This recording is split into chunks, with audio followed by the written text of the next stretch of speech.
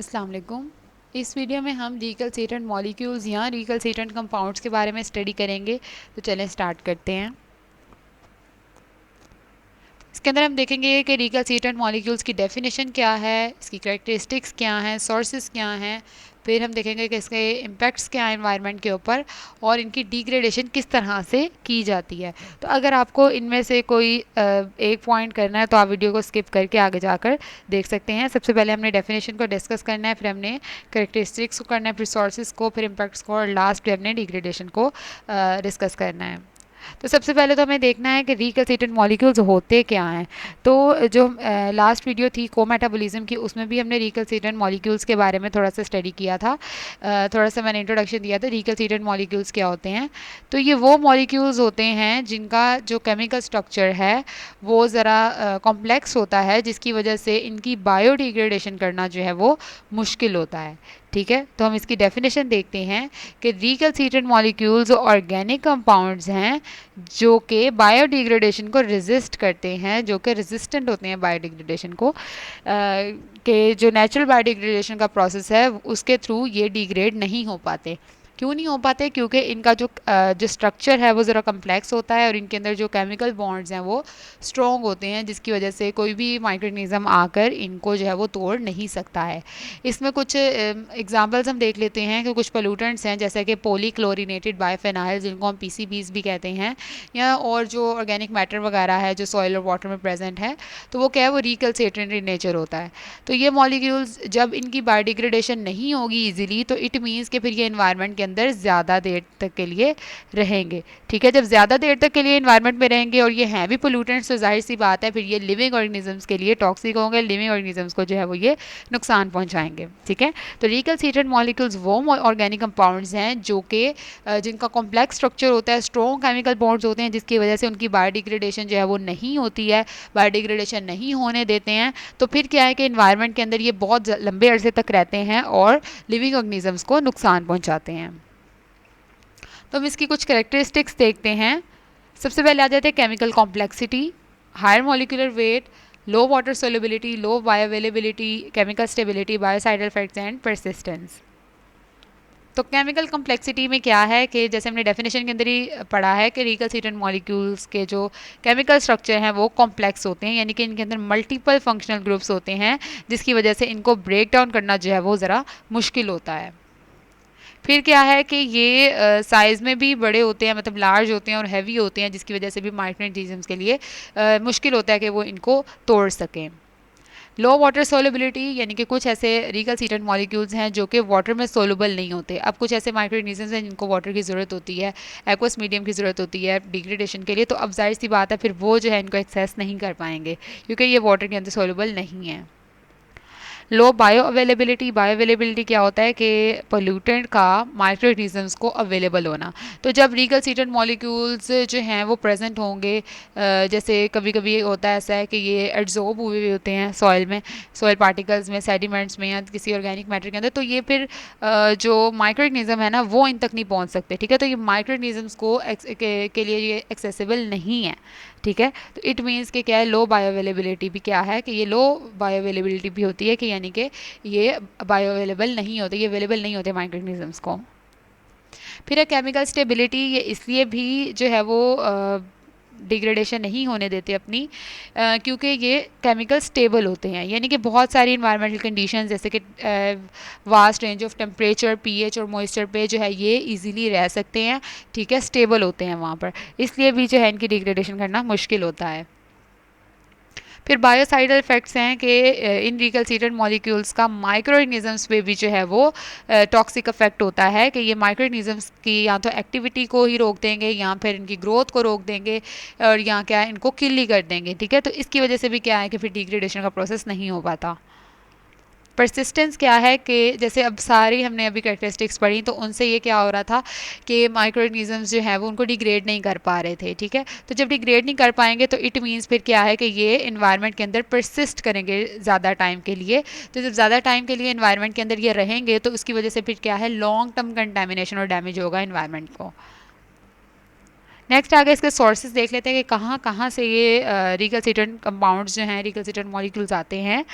तो सबसे पहले आ जाता है इंडस्ट्रियल प्रोसेसेस के। बहुत सारे ऐसे इंडस्ट्रीज़ हैं जो रिकलसिट्रेंट मॉलिक्यूल्स को प्रोड्यूस करती हैं जब वो किसी चीज़ की मैन्युफैक्चरिंग कर रही होती हैं, जैसे कि इलेक्ट्रॉनिक्स में जो केमिकल्स यूज़ होते हैं, टेक्सटाइल्स में, फार्मास्यूटिकल्स वगैरह के अंदर।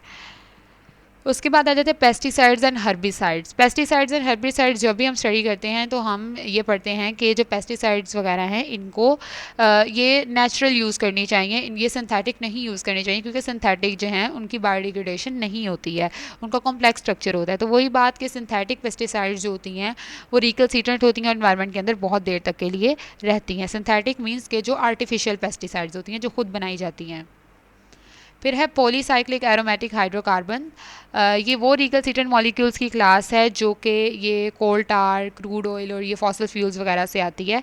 तो जब क्या होता है, ऑयल स्पिल्स वगैरह होते हैं, जैसे कि ऑयल लीकेजेस वगैरह होती हैं, या फिर फॉसिल फ्यूल्स की कंबशन होती है, या ऐसी डिफरेंट एक्टिविटीज़ होती हैं, तो उसकी वजह से क्या है कि ये एनवायरनमेंट के अंदर जो है वो ये रिलीज़ हो जाते हैं। फिर है क्लोरिनेटेड सॉल्वेंट्स, जैसे कि परक्लोरोइथाइलीन एंड ट्राइक्लोरोइथाइलीन। ये भी रिकलसिट्रेंट मॉलिक्यूल्स हैं। ये इंडस्ट्रियल प्रोसेसेस जैसे कि इंडस्ट्रियल प्रोसेसेस वगैरह के अंदर ये होते हैं एज ए सॉल्वेंट्स वगैरह, डीग्रीजर्स और सॉल्वेंट्स वगैरह के तौर पर। और ये भी जो है वो सॉइल और ग्राउंड वाटर को बहुत ज़्यादा जो है वो कंटेमिनेट कर देते हैं, गंदा कर देते हैं, और लॉन्ग टर्म इन्वायरमेंटल डैमेज होता है इनकी वजह से।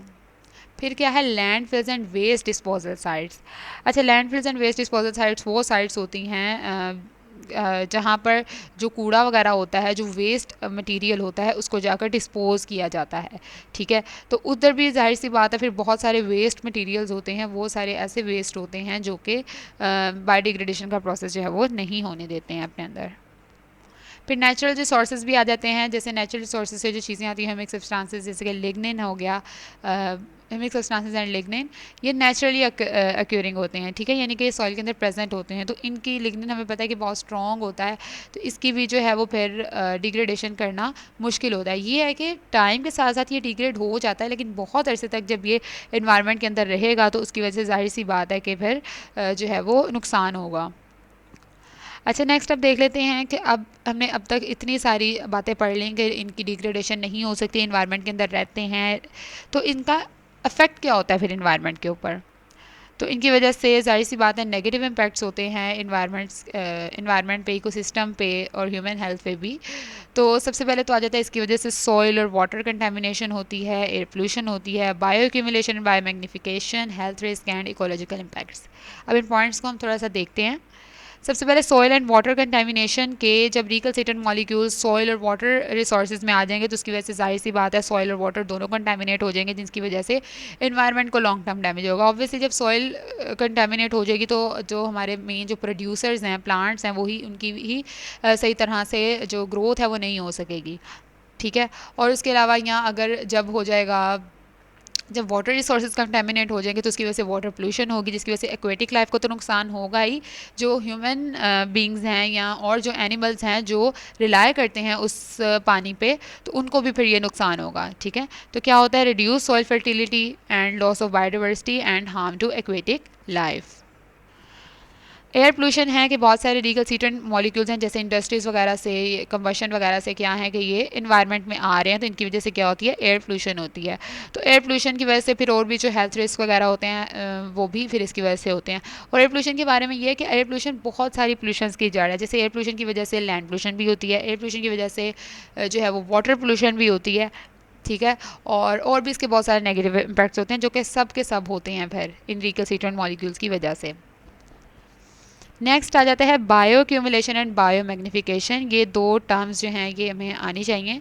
बायो एक्यूमुलेशन का मतलब ये होता है कि जो पोल्यूटेंट है ना वो लिविंग ऑर्गेनिजम्स के अंदर एक्यूमुलेट होता जा रहा है, उसके टिश्यूज़ के अंदर एक्यूमुलेट हो रहा है। ठीक है, और बायो मैग्निफिकेशन का मतलब ये है कि जैसे हम फूड चेन में जाते जा रहे हैं डिफरेंट ट्रॉफिक लेवल्स में, यानी कि फूड चेन में एक ऑर्गेनिज्म उसको खा रहा है, दूसरा उसको खा रहा है, तीसरा उसको खा रहा है, तो क्या होता है कि उसकी वजह से जो है ये आगे मतलब डिफरेंट ऑर्गेनिजम्स के अंदर ये पोल्यूटेंट जो है वो ट्रांसफ़र होता रहता है, तो इसको हम सिंपली बायो मैग्निफिकेशन कहते हैं। ठीक है, जैसे जैसे जाता जाएगा वो ये कंटेमिनेशन जो है वो ऑर्गेनिज्म के अंदर वो ज़्यादा होती जाएगी। कंटेमिनेशन नहीं, मतलब कि उसके अंदर ये पोल्यूटेंट जो है वो आगे पास होता रहेगा।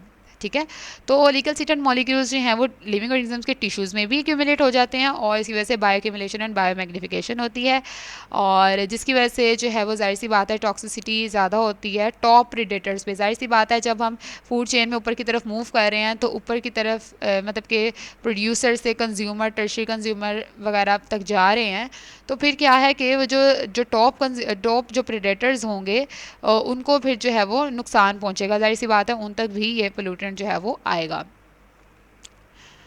फिर उसके बाद हेल्थ रिस्क, जैसे हेल्थ रिस्क हमने डिफरेंट पहले भी देख लिए, वही वाली बात है कि इसकी वजह से हेल्थ रिस्क होते हैं ह्यूमंस को भी, एनिमल्स को भी, ज़्यादातर उनको जो कि लॉन्ग पीरियड तक जो है वो ज़्यादा देर तक जो है वो इनसे एक्सपोज रहते हैं।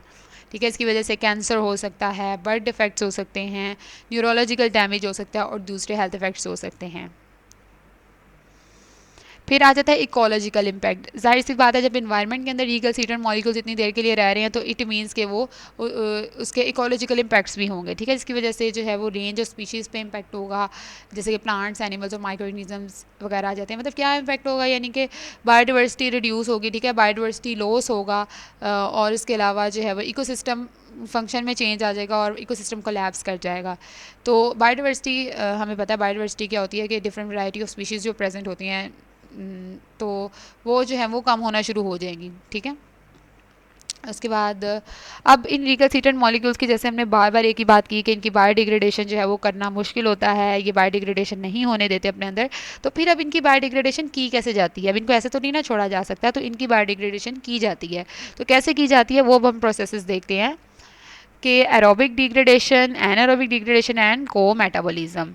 तो ये डिग्रेडेशन प्रोसेस कौन सा होना है ये इस चीज़ पे डिपेंड करता है कि रिकल्सीटेंट मॉलिक्यूल कैसा है। ठीक है, और जहाँ पर वो प्रेजेंट है वहाँ की इन्वायरमेंटल कंडीशंस कैसी हैं उस चीज़ पे डिपेंड करेगा कि इन तीनों में से कौन सी जो डिग्रेडेशन है वो की जाएगी। तो सबसे पहले आ जाता है एरोबिक डिग्रेडेशन। इसमें हमें नाम से पता चल रहा है कि इसके अंदर ऑक्सीजन इन्वॉल्व होगी। ठीक है, तो इसके अंदर क्या होता है, इस प्रोसेस के अंदर ऑक्सीजन की ज़रूरत होती है और ये एरोबिक माइक्रोनिज्म जैसे कि बैक्टीरिया और फंजाई जो हैं ये प्रोसेस करते हैं। तो इसमें होता क्या है कि माइक्रोनिज्म जो है वो इंजाइम्स प्रोड्यूस करते हैं, वो इंजाइम्स जो हैं वो रिकल्सिटेंट मॉलिक्यूल्स को ब्रेक डाउन कर देते हैं सिंपल कंपाउंड्स के अंदर। ठीक हो गया, और फिर उसके अलावा ये जो एरोबिक डिग्रेडेशन है बहुत ज़्यादा इफेक्टिव नहीं है सब रिकल्सिटेंट मॉलिक्यूल्स के लिए, जैसे कि कुछ रिकल्सिटेंट मॉलिक्यूल्स बहुत ज़्यादा कॉम्प्लेक्स होते हैं तो उनके लिए ये इतनी इफेक्टिव नहीं होती है। फिर आ जाता है एनारोबिक डिग्रेडेशन। ये एरोबिक का उल्ट आ गया कि इसमें एब्सेंस ऑफ ऑक्सीजन में प्रोसेस होगा ये, और इसके अंदर बैक्टीरिया और आर्किया यूज़ होंगे, और इसके अंदर क्या है कि माइक्रोऑर्गेनिजम्स जो हैं अब अल्टरनेटिव इलेक्ट्रॉन एक्सेप्टर्स जैसे कि सल्फेट, नाइट्रेट और कार्बन डाइऑक्साइड वगैरह को यूज़ करेंगे और उससे जो है वो रिकल्सिटेंट मॉलिक्यूल्स जो है यहाँ पर टूटेंगे, और ये एरोबिक डिग्रेडेशन से जो है वो स्लो होता है प्रोसेस। तो अब इन दोनों से ही बेहतर एक हमारा प्रोसेस है जिसे हम कहते हैं को मेटाबॉलिज्म। को मेटाबॉलिज्म के बारे में जो है एक डिटेल्ड वीडियो जो है मैंने अपलोड कर दी हुई है, वो आपको डिस्क्रिप्शन बॉक्स में उसका लिंक मिल जाएगा। तो को मेटाबॉलिज्म क्या है? को मेटाबॉलिज्म एक ऐसा प्रोसेस है डिग्रेडेशन का जिसके अंदर माइक्रो ऑर्गेनिज्म रिकल्सिटेंट कंपाउंड को या पोल्यूटेंट को डिग्रेड तो कर देता है लेकिन बदले में उससे एनर्जी नहीं लेता। एनर्जी के लिए ये डिफरेंट कंपाउंड को यूज़ करता है। ठीक है, यानी कि ए, बी एंड सी। ए क्या है? पोल्यूटेंट है। बी क्या है? माइक्रो ऑर्गेनिज्म है। तो ये इस बी ने इसको तोड़ तो देना है लेकिन इससे एनर्जी नहीं लेनी। बायोडिग्रेडेशन के प्रोसेस में क्या होता है, माइक्रो ऑर्गेनिज्म ने एनर्जी भी उससे लेनी होती है। ठीक है, लेकिन इसमें क्या है, उसने किसी तीसरी चीज़ से एनर्जी लेनी है और ए को तोड़ना है। तो इसके अंदर होता क्या है कि को मेटाबॉलिज्म के थ्रू जो है रिकल्सिटेंट मॉलिक्यूल्स को जो है वो सिंपल कंपाउंड्स के अंदर तोड़ दिया जाता है कि आगे उनकी डिग्रेडेशन हो सके। तो अक्सर ऐसा होता है कि माइक्रो ऑर्गेनिज्म जिसने उसको मतलब फॉर एग्जांपल जैसे माइक्रो ऑर्गेनिज्म था जैसे मैंने यहाँ पर बात की, तो उसने जो है तीसरे कंपाउंड को यूज़ किया। ठीक है, और उसने जो है वो जैसे हमने स्टार्ट में सिंपली एक की बात की थी TCE की। ठीक है, मैं इसकी डिग्रेडेशन आपको थोड़ी सी बता देती हूँ कि होता क्या है कि मीथेन ऑक्सीडाइजिंग बैक्टीरिया होते हैं, ऐसे बैक्टीरिया जिनको मीथेन की ज़रूरत होती है, तो वो मीथेन से क्या होता है, एनर्जी लेते हैं। ठीक है, बैक्टीरिया ने मीथेन से एनर्जी ली। अब वो एनर्जी लेने की वजह से अब क्या है, यहाँ पर एंजाइम्स प्रोड्यूस होंगे। उन एंजाइम ने इस TC को तोड़ देना है सिंपल कंपाउंड्स के अंदर। ठीक है, अब ये जो सिंपल कंपाउंड्स हैं इन सिंपल कंपाउंड्स की यहाँ ये जो अब आगे बने हैं, इनकी अब जो डिग्रेडेशन है वो इजीली कोई भी आके कर सकता है। या तो यही वाला माइक्रो ऑर्गेनिज्म कर देगा, या कोई और माइक्रो ऑर्गेनिज्म आकर, या जो उस इन्वायरमेंट के अंदर प्रेजेंट है, उस जगह पे प्रेजेंट है, वो जो है फिर इसकी इजीली डिग्रेडेशन कर सकता है। तो इसको हम सिंपली कोमेटाबॉलिज्म कहते हैं। तो कोमेटाबॉलिज्म जो है वो एरोबिक डिग्रेडेशन से फास्ट प्रोसेस होता है, लेकिन ये भी डिपेंड करता है कि दूसरे जो कंपाउंड्स प्रेजेंट हैं, जो कि माइक्रोऑर्गेनिजम्स ने जिधर से एनर्जी लेनी है, उस चीज़ पे भी डिपेंड करता है कि वो प्रेजेंट हैं या नहीं है। ठीक है।